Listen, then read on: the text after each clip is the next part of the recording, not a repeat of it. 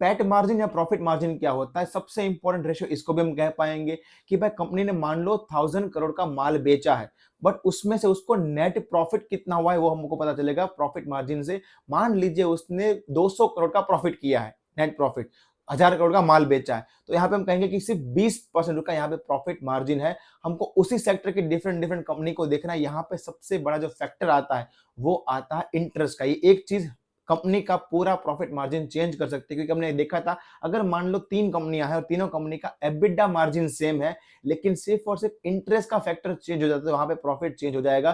किसी कंपनी के पास लोन है तो उसको वहां पे इंटरेस्ट चुकाना है, और अगर किसी कंपनी के पास लोन नहीं तो उसको इंटरेस्ट नहीं चुकाना है। सिर्फ इस सिंगल फैक्टर से ही यहाँ पे पूरा का पूरा प्रॉफिट मार्जिन चेंज हो जाता है। तो जब भी आप एबिटा मार्जिन देखें और वहां पे कंफ्यूज हो रहा है कि ऑलमोस्ट तीनों कंपनियां फिर दोनों कंपनियां सेम ऑपरेट कर रही है, तो वहां पे आपको सिंपल नीचे जाके देखना है कि उनका प्रॉफिट मार्जिन क्या है, वो कितना ज्यादा एफिशिएंटली प्रॉफिट बना पा रही है।